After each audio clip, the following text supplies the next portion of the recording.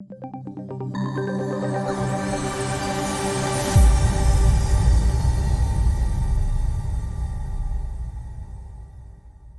just want to thank each and every one of you for just tuning in on today. I know we don't even talk about relationships, but God was just really on me to really share my full testimony on how I got married and some of my strategies for breakthrough. And so, of course, I always want to be obedient and share with you on this evening. So I'm just so excited that each and every one of you could be with me on this evening. You know, I know there's so much to do. Even though we're in the pandemic, people are still finding their way around, you know. But you're here, and I pray that each and every one of you get your breakthrough that you're seeking as we go into 2021. And I'm sure I'm new to a lot of you, but I am Dr. Ann Shawn. I pastor a small church in Ellenwood, Georgia, and I've been pastoring for the past couple of years. I'm also a certified transformational life coach. And I do less of that because I also have a corporate job where I'm a senior project manager for a software development company. So I'm always busy, busy, busy, busy. So I just really wanted to just come and provide you something I wish I would have had when I was really seeking God for a spouse, and that was the opportunity just to ask people who were married, you know, questions about that process. I always managed to ask some questions about being married and what it's like and how do you maintain a successful marriage. But the process really was what intrigued me, and I really wanted to share what my process was. I am in my late 40s, and you know, sometimes people are over 40 tend to give up hope and think, you know, well, I'm over 40 now, I'll never get married. No, that is not true. Do not believe those lies. I don't care if you're 70, if you're meant to be married, you really seek God for it, He will bless you. He has absolutely no respect for person. If it's your heart's desire, He will bless you. So on tonight, I really want to share with you a couple of things. And one I want to talk about before the altar, once you get to the altar, okay? And after the altar, you know, it's the before the altar that, you know, a lot of people are always asking me about is, you know, what happens before the altar. And to me, that's where the meat of it really is. It is that preparation, whether it's the preparation to be married or preparation for wealth or preparation to buy the house, preparation to start your business, preparation to go back to school. It's the preparation for your breakthrough. To me, that is the meat of it. And I really want to share with you what my preparation is, not just for obtaining the spouse. And he's over here. Let me let him say hi really quick so you know that he's here. Come here, booby. Let's say hi. Hello, everyone. So I just want to share the preparation for me before the breakthrough is what really, really matters. You know, God has something great in store for each and every one, but are you prepared for it? You know, I tell people who are seeking prosperity, are you prepared for wealth? Are you prepared for large sums of money? People would say to me, you know, Pastor Dr. Anshon, I want a house. Are you prepared for what comes along with the responsibility of home ownership, the responsibility of having a luxury car? You have to prepare for your breakthrough. And I really want to talk about what my preparation was, not just for the spouse, my preparation when I wanted to go from 5 figures to 6 figures, my preparation when I wanted to go from renting a studio apartment to owning a multifamily home. What does that preparation look like? And it looks like something different for each and every one of us. But one thing is for sure, prayer has got to be a part of your preparation. You really have to seek God and spend some quality time with Him. That's something that's really missing in so many facets, especially in Christianity. Christians should know that they have to really pray and seek God. But I find myself steadily reminding them that you have to cultivate a personal relationship with God. So that relationship for me is a part of the process.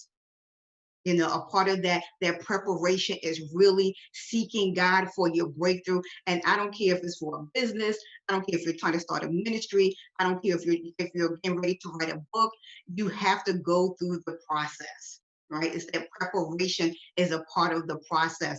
And so for me, in preparing for marriage and even going for, promotions on my job. Again, it's a part of their preparation for me. If I'm just going to talk about for a minute, preparing for my spouse, meaning it really meant for me working on myself internally. And listen, I know a lot of people, when I start talking about this, a lot of people, and I say, you got to work on yourself first. I know plenty of people, they run out and they get tummy tucks and they get on all kinds of diets, they become vegan. Well, let me tell you something, your external will catch a man's eye, right? But it's the internal that will seal the deal with his heart. And you want someone who you don't just catch their eye, but you grab their heart. You capture their heart. And so I needed to work on my internal. That means cleaning out baggage from old relationships.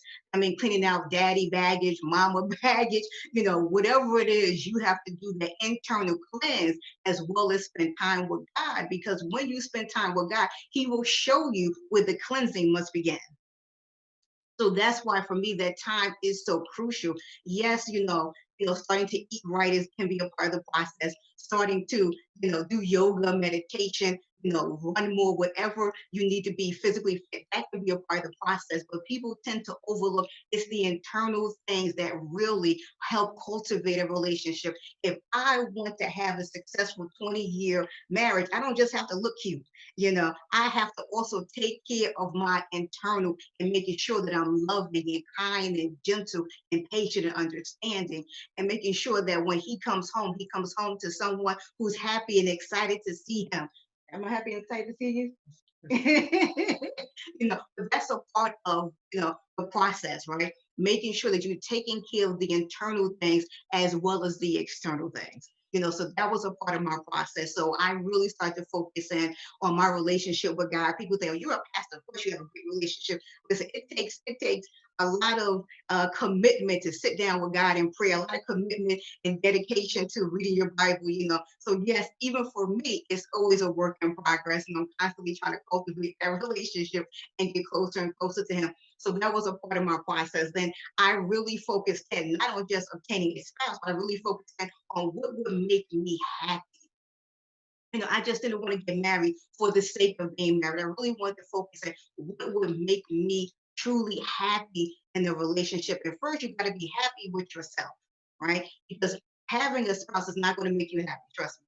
You can get them and you still, but I counsel so many couples who, they have the spouse and they're still unhappy, they're still miserable. And I help them regain the spark and, recapture the flame. I help them with that with date nights and communication and knowing your love sign. And that's important to me. I came into my relationship knowing my love sign. It's the first thing I asked my husband, what's your love sign? Because I want to cater to your love sign because I want you to feel special. I want you to feel wanted. And the only way you can do that is to cater to someone's love sign. My love sign is service. You got to service me. And what does that mean? When he carries my groceries, when he opens up my car door, when he just brings home flowers just because that sparks my love sign. It makes my heart tingle. And so for me, it's also, I can't do that to him. Rubbing his feet is not going to really do anything because that's not his love sign. So I have to cater, right? I have to cater to what his love sign, like gifts are my love sign. He come home with a gift, I'm like, yes, but that's not really his love sign. He needs someone for him when I listen to him and I pay attention to details. That's what he really enjoys. The fact that I'm African American and he's Jamaican. So me getting up in the morning and just taking an interest in Caribbean cooking. Like I got up this morning, was the other day, and made, you know, um, some codfish, not really a codfish person. Never really made it before I married him. But that's a part of the love sign because for him, it represents that I've been listening to him when he talks about the dishes that he loves. I'm listening to him when he talks about his business. I'm involved in his business. So that's all about learning his love sign. And that's a part of preparing for the altar. And if I was to translate that into business, I remember when I was in five figures and wanted to go to six figures, I studied the market. I moved from New Jersey to Atlanta, and I needed to figure out how I could make the money I needed to not just thrive, but not just survive, but to thrive. And I studied the market. That's the preparation process, right? I studied the market, and from there, I found, where my niche could fit in to those six figures. And I went by certifications, and I trusted God for new open doors. And before I knew it, I was making those six figures. But I had to prepare myself for it by obtaining those certifications. So you have to put in what the time with God, and you have to really put in that preparation, preparing yourself externally as you cleanse yourself internally, and really, put in the work. The relationship and all the other things that your heart desire, they're all the same process. It really is the same way I'm able to be successful in business. It's the same way I was able to manifest my spouse. It's the same exact same techniques. A breakthrough is just a breakthrough. No matter what area you're trying to get a breakthrough in, it's all the same technique. And then, one other thing I want to share with you is, in my prayer life, I really believe in being and having strategic prayer. So after I was, really focusing on my internal and cleaning up myself, and, really, being happy with myself. And I had a personal trainer because that was very important to me. And just really, I was like, okay, I gotta get this body right. Yes, like I've always been a thick girl. So I was like, okay, but I don't want to be thick with aches and pains. And so I started working with my personal trainer, 2 or 3 times a week, 6 o'clock in the morning, getting up, a part of the preparation and preparing myself. Like I tell them, I'm going to get married. God going to bless me. My faith was overriding everything that I saw before me. My faith was reaching out for that thing that my heart so desired to reel it in, because I kept speaking it into existence, and I kept speaking it like it was already there. My husband coming, he's here, he on the way, here he come. I got to get myself ready. And so I was working with my personal trainer, getting myself ready, and just really preparing myself physically as well. And while I was doing that, I was really praying, for God's will to be done in my life. And I was being also intentional about what I wanted. And that's one thing we have to do, is be intentional. Like I said, it's not just about the spouse, but anything your heart's desire. I want you to be intentional about it. And what I mean is that I wrote a list, and this list was different from all of my lists. I've been writing lists, since I became a Christian, and vision boards. And, I had like 2 vision boards in my room, believing God for so many different things. And my list for a spouse changed when I read this book called, I think it's called Calling in the One. It really altered the list, because my list went from like 2 or 3 page list to one list, really on what did I, because all the other items were like a wish list, right? But I really thought about who I am, right? Because it talks about who you are. And I thought about what kind of man would match up with me. And when I really thought about that, my list got smaller and smaller. And it went from, some people knew that he got to have a 6 pack. He got to make 7 figures, and he got to drive a Mercedes Benz. So my list got smaller and smaller, and I really started editing it to the things that really meant the most to me and my values. And what really meant the most to me and my values was the fact that he had to love God. That meant the absolute most to me. So it went from he got to preach and prophesy, to he's got to love. He can do all those things. That's great. That's the bells and whistles on the side. But he's got to love God and be a praying man. So those were the top 2 things on my list. And then from there, I talked about being successful, being talented and gifted. And then I really doing those things, loving and generous. I have a 22-year-old, so I had to come in and just fit into her life as well. So I really focused on those types of intentional details on my list for a spouse. And I also, there's the same technique I use for any job I've ever wanted. I always had the job title. I always had, listen, I'm the kind of person, I'm gonna be honest.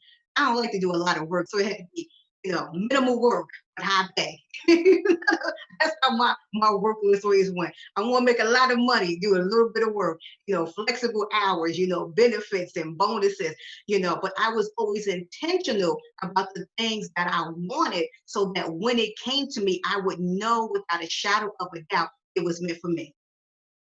And that is the key to being intentional and creating these detailed lists and knowing. So when God brings it, you know without a shadow of a doubt this was meant for you. So my list got shorter, and he had to be handsome, gifted, talented, successful.